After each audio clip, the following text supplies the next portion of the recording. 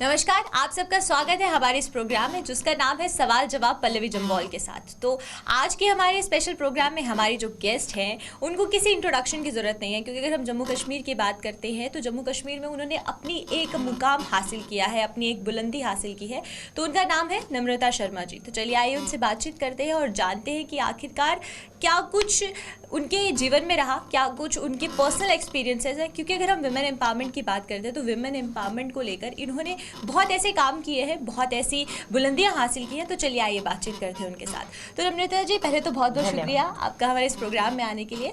तो पहले मैं आपसे ये जानना चाहूँगी कि किस तरीके से आपने सोचा कि आप पॉलिटिक्स में आएंगी, क्योंकि पॉलिटिक्स एक ऐसा करियर है या फिर एक ऐसा हम बोले कि बहुत मुश्किल होता है एक विमेन के लिए। एज अ विमेन आप पॉलिटिक्स में आते हैं क्योंकि बहुत सी मेल डोमिनेटिंग सोसाइटी है और पॉलिटिक्स में तो हम देखने को भी यही मिलता है कि मेल डोमिनेंस बहुत ज़्यादा। तो उस बीच आपने कैसे सोचा कि आप पॉलिटिक्स में आएंगी? पल्लवी जी, ये एक लंबा सफ़र है जो मैंने तय किया है। तकरीबन 20-25 साल हो गए मुझे सियासत के अंदर। मैंने as a student politics join की थी और मुझे पॉलिटिक्स का शौक़ तब लगा जब मुझे लगा कि समाज के अंदर बहुत कुछ है जिसे समाज में सुधारने की ज़रूरत है और आपको समाज सुधारने के लिए आपको लोगों की आवाज़ बनना पड़ेगा। उस दबे कुचले समाज की आवाज़ बनना होगा, उस इंसान की आवाज़ बनना होगा जिसकी आवाज़ कोई सुन नहीं रहा। तो मुझे कहीं ना कहीं लगता था कि आप ये आवाज़ तभी उठा सकते हैं जब आप पॉलिटिक्स के अंदर आगे बढ़ के आएंगे और किसी राजनीतिक पार्टी के साथ आपका जुड़ना ज़रूरी है।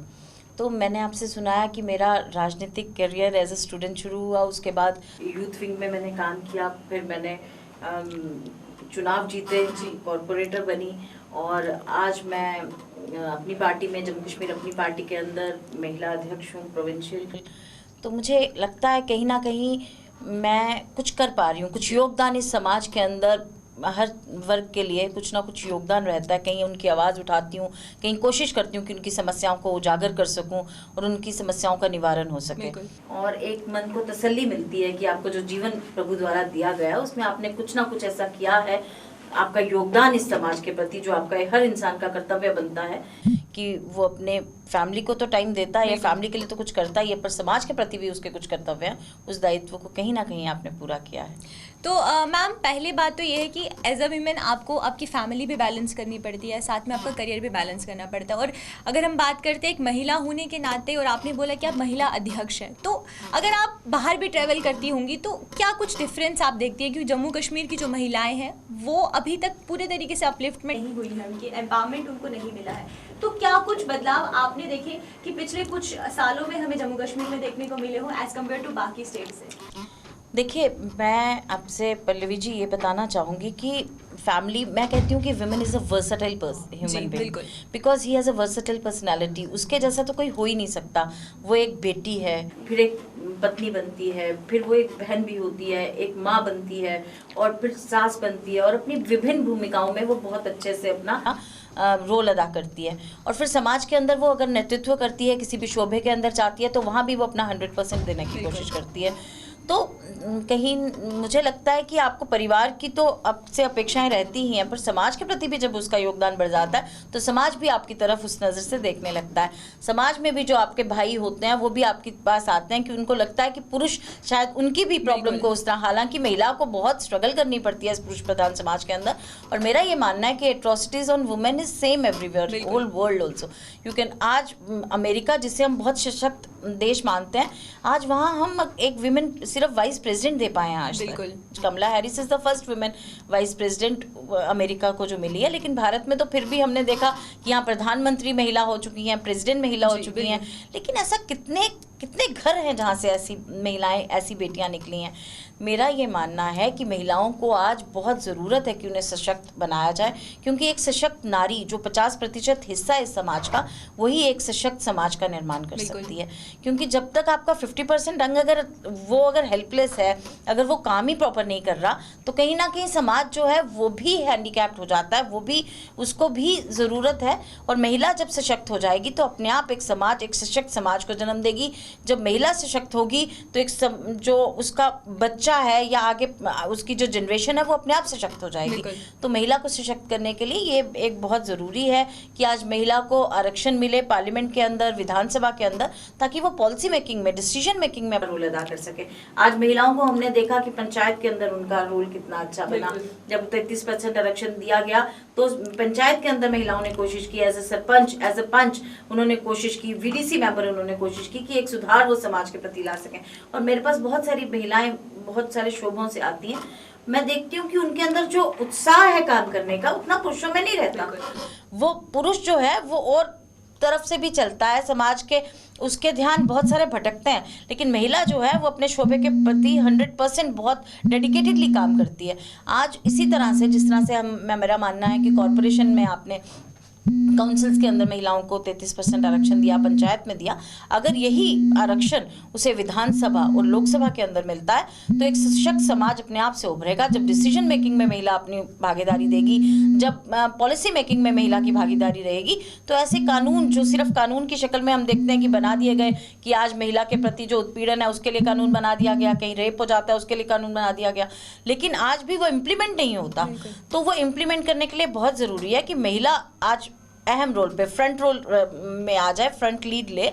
तो उसके लिए मुझे लगता है कि जिम्मेवारी बनती है पूरे समाज की कि महिलाओं को सशक्त बनाएं।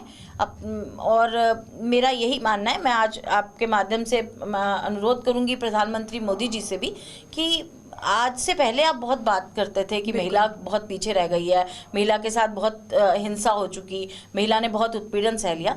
तो आज क्यों नहीं, आपकी तो 100 आपकी मेजॉरिटी है आज पार्लियामेंट के अंदर, आप बहुत सारे कानून आपने वहाँ से पारित किए हैं, क्यों नहीं महिला आरक्षण कानून आप पारित करते? तो ये बहुत बड़ी उपलब्धि होगी जो भारत पर लाई जाएगी, एक तब्दीली आएगी। उसके बाद आप देखेंगे कि ये जो हम आज देख रहे हैं कि जिस तरह से आज अपराध महिलाओं के प्रति बढ़ता जा रहा है, उसमें भी बहुत कमी आएगी अगर हम ये आरक्षण महिलाओं को देते हैं।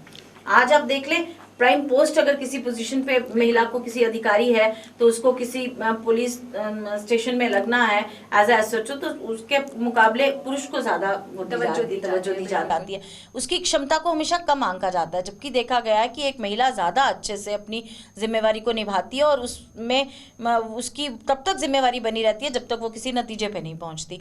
तो मुझे लगता है महिलाओं को सशक्त करने में समाज को और जो आज रोल मॉडल्स हैं उनको एक भूमिका निभानी होगी। और इस आरक्षण के लिए मैं तो यही कहूँगी कि आज मोदी जी के पास पूरा बहुमत है कि वो इस तरह का कानून पारित कर सकते हैं और उन्हें करना चाहिए। आप देखिए, हमारी जम्मू कश्मीर अपनी पार्टी के जो प्रेसिडेंट हैं उन्होंने तो मांग की, क्योंकि हमारा फाउंडेशन डे जो है खुशी का दिन है कि 8 मार्च को होता है और 8 मार्च को महिला विमेंस डे था, अंतर्राष्ट्रीय महिला दिवस था। तो उन्होंने ये मांग की कि पार्लियामेंट के अंदर और विधानसभा के अंदर हमें महिलाओं को आरक्षण देना चाहिए। ये पहली बार किसी मेरे ख्याल से किसी पॉलिटिकल पार्टी के प्रेसिडेंट ने ऐसी मांग रखी है। तो ये अपने आप में एक बहुत बड़ी उपलब्धि है। मेरा तो ये मानना है कि अगर हमारी पार्टी, अगर हमारी सरकार वजूद में आती है, जब भी चुनाव होते हैं, तो हम ये कानून लाएंगे और मुझे लगता है उससे काफ़ी महिलाओं में एक महिला सशक्तिकरण की तरफ ये अपने आप एक उपलब्धि होगी। तो मैम, अगर हम विमेन एम्पावरमेंट की बात करते हैं तो कॉन्सेप्ट्स बहुत अलग अलग हैं, क्योंकि जहाँ पर हर एक चीज़ को इंटरप्रिएट करने का तरीका अलग होता है। तो आपकी नज़र में विमेन एम्पावरमेंट क्या है, फेमिनिज्म क्या है? क्योंकि बहुत इस कॉन्सेप्ट को बहुत मैनिपुलेट किया गया है कि फेमिनिज्म, क्योंकि अगर हम सोशल मीडिया की बात करते हैं तो सोशल मीडिया एक ऐसा जरिया जो कि अच्छी सी चीज़ को भी बुरे तरीके से प्रेजेंट कर सकता है। तो विमेन एम्पावरमेंट की बात करें या फेमिनिज्म की बात करें, तो ये जो कॉन्सेप्ट है ये दोनों एक तरफ से सिमिलर भी है, लेकिन इसको बहुत सिमिलैरिटी के साथ देखा जाता है। तो आप क्या सोचती हैं इस बारे में? महिला सशक्तिकरण की अगर आप बात करें, महिला सशक्तिकरण है जब महिला सशक्त हो जाएगी, अपने पैरों पे खड़ी हो जाएगी, और हर वो बेटी जो एक दूर दराज के इलाके में भी रहती है वो भी सशक्त होगी, उसको भी पढ़ने के अधिकार मिलेंगे, उसको अपनी जीवन जीने के अधिकार मिलेंगे। जब हम देखेंगे कि एक बच्ची को हम उतना ही एनवायरनमेंट दे रहे हैं पढ़ने के लिए, उतनी ही उसके लिए प्रिविलेजेस हैं पढ़ने के लिए जितनी कि पुरुषों के लिए हैं, जितने कि एक बच्चे के लिए हैं। तो महिला सशक्तिकरण तभी पूर्ण रूप से मुझे लगता है कि उसकी हम कि आज महिला सशक्त हो गई जब हर वो बच्ची सशक्त हो जाएगी, जो दूर दराज इलाके में रहती है, जो उस एरिया में रहती है जहाँ पे उसको फैसिलिटीज अवेलेबल नहीं है। ये तवज्जो देनी चाहिए सरकार को कि वहां तक हम ये पहुंचाएं। और मैं मुबारकबाद देने चाहती हूँ क्योंकि अभी पिछले दिनों मेरी मुलाकात हुई रिस्पेक्टेबल एलजी साहब से, और मैंने उनसे दरख्वास्त की थी कि महिलाओं की पढ़ाई के लिए, बच्चियों की पढ़ाई के लिए आप उनकी एजुकेशन फ्री कीजिए। मेरा तो ये मानना था कि उनको प्राइवेट स्कूल्स में भी कुछ भागीदारी होनी चाहिए जहाँ पे विमेन एजुकेशन को फ्री किया जाना चाहिए, पर अलबत्ता उन्होंने गवर्नमेंट स्कूल्स के अंदर विमेन एजुकेशन 12th क्लास तक फ्री की है। तो ये अपने एक उपलब्धि है, मैं मानती हूँ जम्मू कश्मीर अपनी पार्टी की, जो हमने इस पे उन्होंने हमारे बात को माना और उन्हें लगा कि मैंने सही बात उनसे रखी है। दूसरा, आज अगर हम देखें तो विमेन सेल को ऐसे बना दिया गया, अगर कोई महिला अपनी कोई तकलीफ लेके विमेन सेल में जाती है तो ऐसे लगता है कि क्रिमिनल आ गया है, जबकि वो अपनी बात वहाँ कहने जाती है, वो किस उत्पीड़न से प्रताड़ित है वो बताने चाहती। तो उसमें भी एक उपलब्धि रही कि आज उन्होंने हर चौकी के अंदर एक डेस्क बना दिया कि वहाँ पे विमेन स्टाफ होगा और महिला अपनी बात रख सकेगी और उसे वहाँ एक लीगल एडवाइस भी मिलेगी। क्योंकि विमेन सेल का नाम, और मैंने एक उनसे गुजारिश की थी कि विमेन सेल का नाम विमेन सेल ना करके it should be A counselling centre, ताकि विमेन खुल के अपनी बात वहाँ जाके रख सके और वो किस परेशानी से जूझ रही है, किस तरह के हेरासमेंट से, क्या उसको वर्क प्लेस पे हेरास किया जा रहा है या उसको घर पे डोमेस्टिक वायलेंस का केस है या और किसी तरह से डोरी के बारे में उसको तकलीफ है या उसके लॉज की तरफ से उससे कोई एट्रोसिटीज हैं, तो इस तरह से वो अपनी बात खुल के रख सके और वहाँ उसे एक लीगल एडवाइस भी दी जाए, ताकि महिला को लगे कि मैं एक काउंसलर के पास गई थी और मुझे एक काउंसलिंग वहाँ से मिली है। तो एक साइकोलॉजिकली भी उसको एक उससे हमें लगेगा कि एक कंफर्ट मिलेगा। तो मेरा ये मानना है कि महिलाओं के प्रति आज समाज को जागरूक होना चाहिए। हम बात करते हैं तो आज महिला, आज भी हम 2021 के भारत में रह रहे हैं तो महिला को हम आज भी कम मानते हैं। हम मानते हैं कि महिला, हमारे जो पुरुष भाई होते हैं ना जब हमारे साथ, पल्लवी आज आप भी फील करती होंगी, तो उन्हें लगता है कि नहीं नहीं नहीं ये तो लड़की है, ये कैसे कर लेगी, ये नहीं कर सकेगी, ये मैं कर सकता हूँ। हालांकि उससे ज़्यादा मैं आपको बताऊँ कि आज अगर आप देखें गाड़ी भी अगर महिला चला रही है, अच्छा वो लेडी चला रही है तो जरूर कोई गलत करेगी, है ना, ट्रैफिक रूल। हालांकि आप देखिए कितने कम एक्सीडेंट्स महिला द्वारा किए जाते हैं, और ये जो पुरुष प्रधान समाज की एक मानसिकता है, इसको बदलने की जरूरत है। आज ये इस हमें मानसिकता से बाहर उभरने की जरूरत है। तो मेरा ये मानना है पल्लवी कि समाज को आज इन कुनीतियों को बदलना होगा, इन कुरीतियों से बाहर निकलना होगा और सही राह की पहचान करनी होगी, तभी समाज एक बदला समाज, एक जिस समाज की हम बात करते हैं कि हम खुशहाल भारत की बात करते हैं, अगर उसका 50% हिस्सा ही नाखुश है तो किस खुशहाल भारत की हम बात करें। खुशहाली तभी होगी जब वहाँ की हर पॉपुलेशन, हर वर्ग खुशहाल होगा और उन्नति की, प्रगति की राह पे आगे बढ़ेगा। बिल्कुल। तो मैम, जहाँ हम बात करते हैं महिला सशक्तिकरण की, वहीं अगर हम बात करें तो जो स्टीरियोटाइप थिंकिंग वो आज भी जम्मू कश्मीर में है। आज भी जो लोग हैं वो ये सोचते हैं कि जो विमेन्स है वो बहुत पीछे हैं, क्योंकि आपने भी जैसे बताया कि इक्वालिटी नहीं है, किताबों में इक्वालिटी दे दी जाती है, लेकिन अगर हम सोसाइटी में बाहर आते हैं, समाज में बाहर आते हैं, तो वो इक्वालिटी नहीं मिलती है। ईव टीजिंग के केसेस आते हैं, उसी के साथ फीमेल फिटिसाइज के केसेस आते हैं।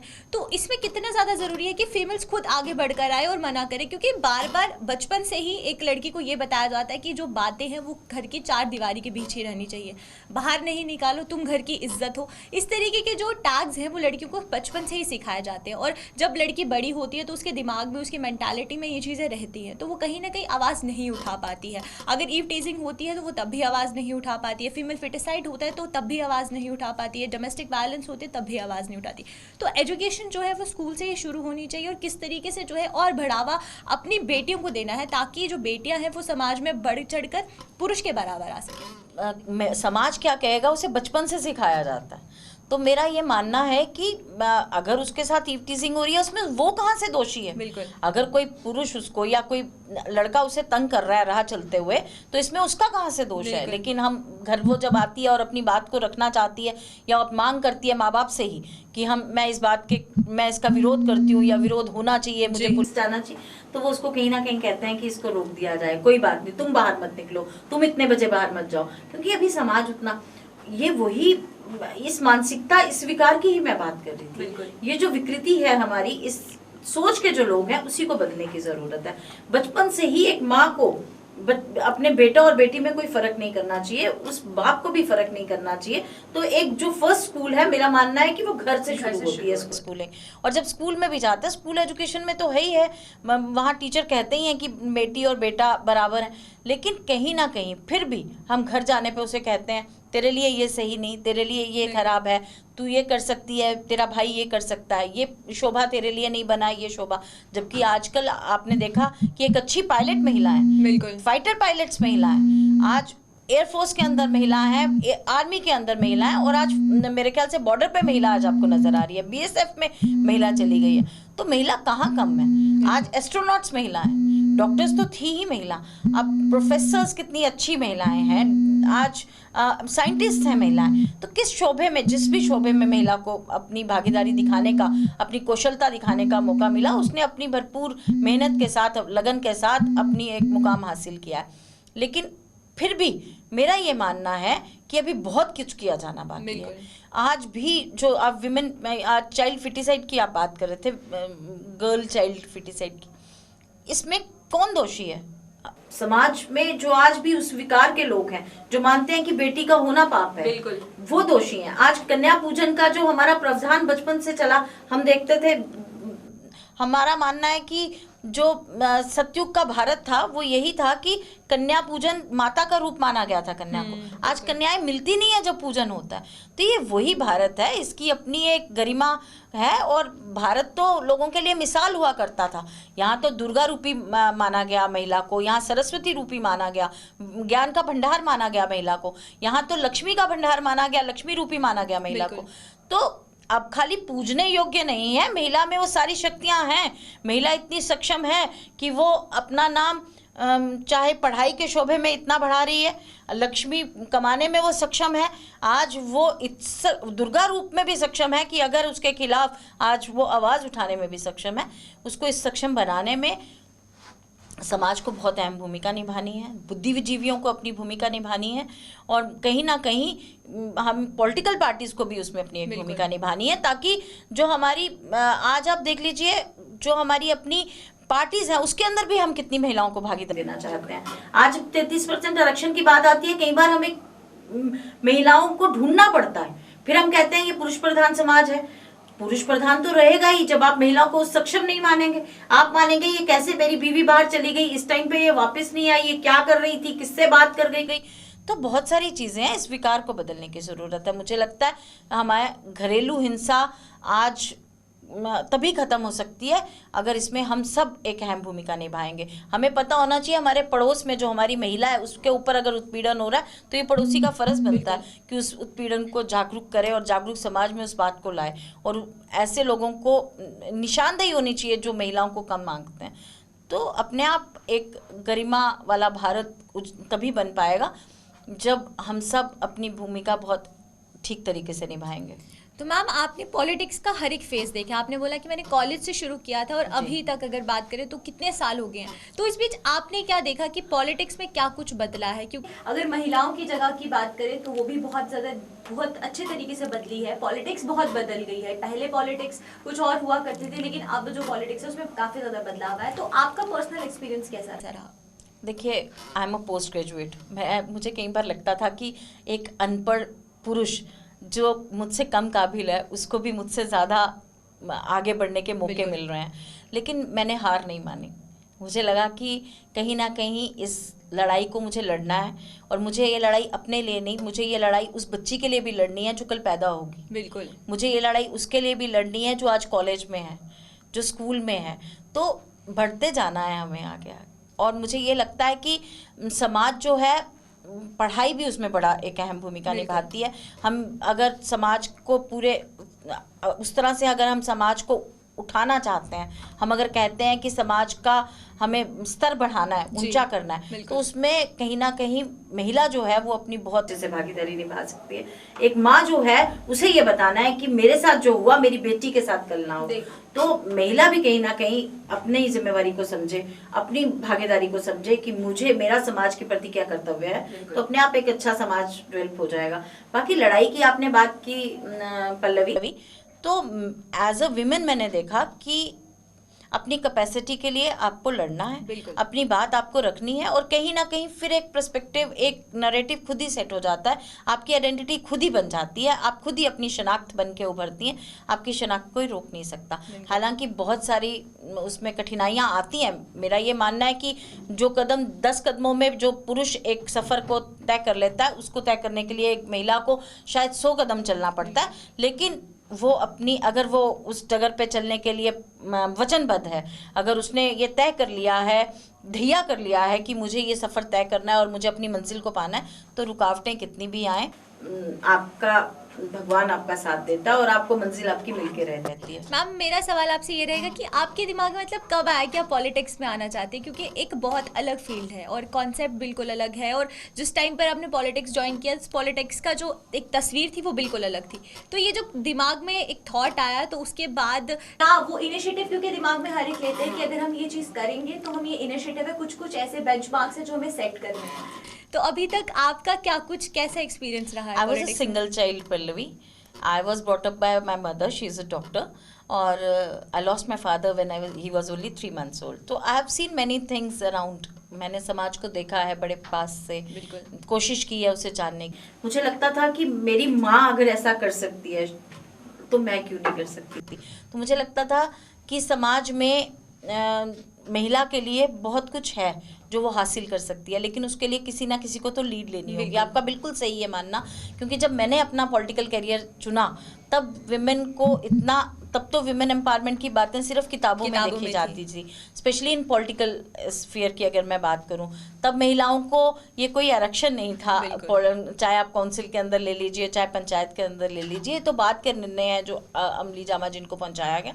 लेकिन तब ये मेरे मन में था कि अगर मुझे कुछ करना है, मुझे रोल मॉडल किसी के लिए, मुझे फिर रोल मॉडल बनना होगा. I will have to set my own credentials, मुझे अपने माइलस्टोन्स खुद सेट करने होंगे. तो रुकावटें तो आई, लेकिन पहले एक चीज़ थी कि ये हासिल करना है. मुझे लगता है एक तसल्ली है कि जितनी मैंने मेहनत की, I have achieved something at least. तो वहीं अगर हम बात करते हैं महिला सशक्तिकरण की और विमेन एम्पावरमेंट के कॉन्सेप्ट्स लाए जाते हैं, लेकिन अगर हम आज भी बात करते हैं तो लड़कियां, दूर दराज के इलाकों की लड़कियों की बात करें तो उनका जो जीने का रवैया है, या जो उनके पेरेंट्स उनको जिस तरीके से ब्रॉटअप करते हैं, तो वो एक बिल्कुल अलग. तो यहाँ पर पेरेंट्स का कितना बड़ा रोल होता है कि वो अपनी बेटियों को इस तरीके से पढ़ाएं, इस तरीके से उनको एजुकेट करें, ताकि वो जो आगे आने वाला जो समाज है, जो बदलाव समाज में आ रहा है, उसके साथ कंधे से कंधा मिलाकर. पेरेंट्स का तो एक, मुझे लगता है उसमें पहले भी बहुत अहम भूमिका है, क्योंकि फर्स्ट जो टीचर है वो मदर ही है. बिल्कुल. अगर माँ अपनी बेटी और बेटे में कोई फ़र्क नहीं मानेगी, तो मुझे लगता है कि अपने आप ही वो जो लड़की उसके घर में पैदा हुई है, वो अपने आप ही एक बहुत सशक्त बेटी बन के उभरेगी, और उसके पास इतने सारे साधन होंगे, इतने सारे उसके पास विकल्प होंगे अपनी आगे बढ़ने के लिए. उसके पास भी उतने ही विकल्प होंगे बढ़ने के लिए जितने कि उसके भाई के पास होंगे. उसको भी उसी तरह से बढ़ावा मिलेगा. तो पेरेंट्स की जिम्मेवारी तो बहुत अहम है ही है. वही एक पिता की भी बहुत अहम भूमिका है कि अपनी बेटी को उस तरह से बड़े करने में. उसको समाज के विरुद्ध बहुत बार जाना होगा. जो अगर उसने सपोज सोच लिया कि मुझे आर्मी में जाना है, तो उसे ये नहीं कहना होगा कि ये शोभा तेरे लिए नहीं है, ये चीज़ें तेरे लिए नहीं है. आज जर्नलिज्म में मैं देखती हूँ कि महिलाएं किस तरह से, और आप रात के टाइम भी जाके कवर कर रही हैं. तो कहीं ना कहीं पेरेंट्स को ये देखना होगा कि, और विश्वास रखना होगा, विश्वास बनाना होगा अपनी बेटी के ऊपर कि वो अपने शोभे में 100% दे रही है और वो कभी गलत नहीं हो सकती. हमें मॉरल वैल्यूज़, एथिकल वैल्यूज़ तो घर से ही मिलती हैं, और वो उनमें इतना संस्कार हम घर से ही उसे दे देते हैं कि क्या गलत है क्या सही, और हमें उसी तरह का माहौल देना है उसे, ताकि वो एक बिल्कुल एक विकसित सके, जिसका दिमाग बिल्कुल जागरूक हो, जिससे समझ आ जाए कि क्या गलत है मेरे लिए, क्या सही. हमेशा तो माता पिता साथ नहीं चलते हैं. आपकी राह आपको खुद चुननी होती है, और वो कठिन राह पे चलने के लिए आपके जो संस्कार हैं वो बहुत अहम भूमिका निभाते हैं. तो उन राहों पे चलने के मुझे लगता है पेरेंट्स की बहुत एक अहम भूमिका है. आपके दादा दादी की बहुत अहम भूमिका है. मैंने तो अपनी नानी से बहुत कुछ सीखा. उन्होंने मुझे बहुत कहीं एनकरेज किया. She was a head mistress. तो जिस तरह से उन्होंने मुझे बताया कि तब तो कितना डिफिकल्ट था उस टाइम पे पढ़ाई, लेकिन वो कहती थी कि फिर भी मैं निकलती गई आगे. और मैंने उनमें देखी थी कि एक बड़ी कर्मठ महिला थी वो. तो हमारे लिए बहुत सारे रोल मॉडल्स होते हैं, और उनको देख के हम आगे बढ़ते हैं. फील्ड्स चाहे अलग हों, लेकिन समाज के अंदर हर बंदे की एक अहम भूमिका है. कोई पॉलिटिक्स में अपना करियर देखता है, कोई अपना career as a good doctor देखता है, कोई एज ए प्रोफेसर देखता है, तो मुझे लगता है अपने करियर अपॉर्चुनिटीज़ उनको देने की ज़रूरत है, और अगर उन्हें मिलेंगी तो वो पेरेंट्स, मुझे लगता है उसमें बहुत अहम भूमिका निभा सकते हैं। तो मैम मेरा आपसे जाते जाते एक आखिरी सवाल रहेगा, क्योंकि अगर हम विमेन कंडीशन की बात करते हैं तो हमने किताबों में पढ़ा है कि विमेंस को किस तरीके की जो समस्याएं हैं वो देखनी पड़ती है, वहीं अगर हम बात करें तो कुछ एक जो सुर्खियां हैं वो भी बाहर आ जाती है, लेकिन आप जब महिला अध्यक्ष बनी, आप औरतों के बीच गई, तो किस तरीके की आपको विमेंस की कंडीशन प्रैक्टिकलिटी में देखने को मिली? पल्लवी, बहुत अच्छा सवाल पूछा आपने। आज जब मेरे पास महिलाएं आती हैं ना, तो अलग अलग तरह के उत्पीड़न से आती हैं। कईयों का डिवोर्स हो चुका है, कईयों का डिवोर्स होने के बाद भी उनको जो एनॉर्मली वो नहीं मिल रही है, कहीं आज भी केस पे केस चल रहे हैं, उनके पास इतनी क्षमता नहीं है, इतने साधन नहीं है कि वो जा सकें, कहीं अपने इन लॉज द्वारा स्थाई गई हैं, कहीं अपने घर से ही उनका डोमेस्टिक वायलेंस के केसेस आते हैं, और जब हम उन्हें भेजते थे विमेन सेल में तो मैंने देखा वहाँ भी रिड्रेसल बहुत स्लो था। बिल्कुल, उसका रिड्रेसल जल्द होना चाहिए ताकि वो वहीं के चक्कर ना काटती रह जाए, उसे कहीं ना कहीं ये महसूस ना हो जाए कि ये सिर्फ एक दिखावा है जो समाज में एक ऑफिस बन के रह गया। उसकी बहुत सारे रोल्स हैं और वो अहम भूमिका निभा सकते हैं अपने आप में। तो उन चीज़ों का, आज महिलाएं मेरे पास आती हैं, वो काम करना चाहती हैं, घर से बाहर निकलना चाहती हैं, घर में रह के काम करना चाहती हैं, सिलाई में जो गरीब महिला है वो सिलाई करके अपना दिनचर्या चलाना चाहती है, कोई किसी भी शोबे में आगे बढ़ना चाहती है, तो लेकिन समाज फिर उसके आगे आ जाता है, कहीं उसके घर वाले आगे आ जाते हैं, कहीं आस पड़ोस वाले आ जाते हैं। तो इस तरह की आप बातें सोच भी नहीं सकती जो हमने सुनने को मिलती हैं। कई बार उसके घर बेटी हो गई तो उसको घर से निकाल दिया जाता है। आज की डेट में वो उसका पिता अगर उसको दहेज नहीं दे पाया तो उसे जला दिया जाता है। कितने केसेस बढ़ते जा रहे हैं। आज अगर रेप केस हो जाता है तो ऐसे लगता है कि जो रेपिस्ट ने कोई कसूर नहीं किया है, जो रेप्ड है वो कसूरवार है। तो इस तरह की जब चीज़ें देखने को मिलती हैं तो कई बार दिल दहल जाता है। आपको ये नहीं समझ आती कि समाज कब इतना विकसित हो जाएगा, कब इतना उसके लिए सपोर्टिव हो जाएगा, कब समाज की ऐसी कंडीशनिंग हो जाएगी कि वो माने कि ये बेटी जो है जिसके साथ ये उत्पीड़न हुआ है, मुझे इसकी तरफ खड़े होना है, ना कि उस बलात्कारी के पास। तो इस तरह की चीज़ें तो हैं, लेकिन मैं आपको ये कहना चाहती हूँ कि जब हमारे पास वो आती है, हमारी कोशिश रहती है कि हम उनकी समस्याओं को उजागर करें और उन समस्याओं को हल निकले, और एडमिनिस्ट्रेशन तक हम उनकी प्रॉब्लम्स को लेके जाते हैं और उनका हल निवारण हो पाए इसकी भरपूर कोशिश करते हैं। और कहीं ना कहीं उनको सशक्त बनाने के लिए जो पॉलिसीज़, जो प्रोग्राम्स महिलाओं के लिए बने हैं, उनको भी उन तक पहुंचाने की कोशिश करते हैं। एक पॉलिटिकल जो एक वर्कर होता है उसका यही काम होता है कि जो आज जो प्रोग्राम्स ऑफिसेस तक बंद है, आप जानते हैं कि अभी कब से प्रॉक्सी गवर्नमेंट चल रही है, एलजी यहाँ है, लेकिन सरकार तो भाजपा द्वारा केंद्र से चलाई जा रही है। यहाँ जो ब्यूरोक्रेसी है इस वक्त वो किसी को मानने के तैयार नहीं है। आज वो टैक्स पेयर्स के पैसों से तनख्वाह ले रहे हैं, लेकिन आज जमीन पे आप एक खंबा नहीं मिलता, आपको आज पानी नहीं मिलता। आज महिलाओं को इस बढ़ती महंगाई में गैस सिलेंडर के चलते कितनी दिक्कतें हैं। 750 का एक सिलेंडर 750 का हो गया, 100 रुपये डीजल हो गया। आप बताइए, हर चीज इतनी महंगी हो गई, महिला के लिए चूल्हा जलाना मुश्किल हो गया। तो महिलाएं इस महंगाई की वजह से भी बहुत परेशान है। तो मेरा ये मानना है कि महिलाओं के साथ हम आज अच्छे दिन की हम बात करते थे, क्या ये थे अच्छे दिन जब रोटी खाने के लिए भी वो हो जाएगी। इस कोविड के चलते कितनी मार पड़ी है, ट्रेडर्स बिल्कुल ट्रेड खत्म हो गई है, महिलाओं के लिए तो और मुश्किल हो गया। हमारी महिलाएं जो घर पे भी उतना काम करती हैं और बाहर निकल के भी उन्हें काम करना है, उनके लिए तो और मुश्किल हो गया है। काम रोजगार बंद हो गए हैं लोगों के। तो इसके लिए सरकार को जल्द कुछ कदम उठाने चाहिए और एक चुनी हुई सरकार यहाँ लानी चाहिए, ताकि लोग अपनी मसले मिसाइल लेके अपने नुमाइंदों के पास जा सकें और उनका हल हो सके। आज ब्यूरोक्रेसी के चलते मुझे लगता है कि निज़ाम बिल्कुल बिगड़ा हुआ है। आज ब्यूरोक्रेट्स बिल्कुल सुनने को तैयार नहीं है। इस ब्यूरोक्रेसी पे मैं आपके माध्यम से भी एलजी साहब को कहना चाहूँगी, थोड़ा सा आप इन्हें सख्ती से निपटिए। कहीं ना कहीं कई बार मुझे लगता है वो भी बड़े लाचार हो गए हैं, उनको भी ये ऑफिसर्स मानने को तैयार नहीं है। तो आप देखिए, आज पीने का पानी हम अर्बन एरिया में नहीं दे पाते। तो बहुत सारी मुश्किलातें हैं जिससे मेरी बहनें अपना गुजर बसर करती हैं। ये सारी समस्याएं ही मिलके एक महिला को एक पूरी महिला बनाती हैं। उसको घर भी देखना है, उसको बाहर भी देखना है, उसको समाज की विभिन्न परिस्थितियों में अपना आगे निकलना है। तो मुझे लगता है कि महिला जो है वो अपने आप में एक कमाल है। बहुत बहुत शुक्रिया निमृता जी हमारे इस कन्वर्सेशन में हमारे साथ एक पार्ट बनने के लिए। तो वहीं आज के हमारे इस सेशन में सवाल जवाब में सिर्फ नहीं, और हमने आपको निमृता जी से मिलाया जिन्होंने बहुत बखूबी बताया कि आखिरकार एक महिला है क्या, महिला की जहाँ पर हम बात करते हैं और महिला सशक्तिकरण की जहाँ पर बात करते हैं तो जीती जागती मिसाल से हमने आपको रूबरू करवाया। तो इसी तरीके से हम आपको और भी लोगों से मिलवाते रहेंगे। तब तक के लिए आप मुझे दीजिए इजाज़त। नमस्कार।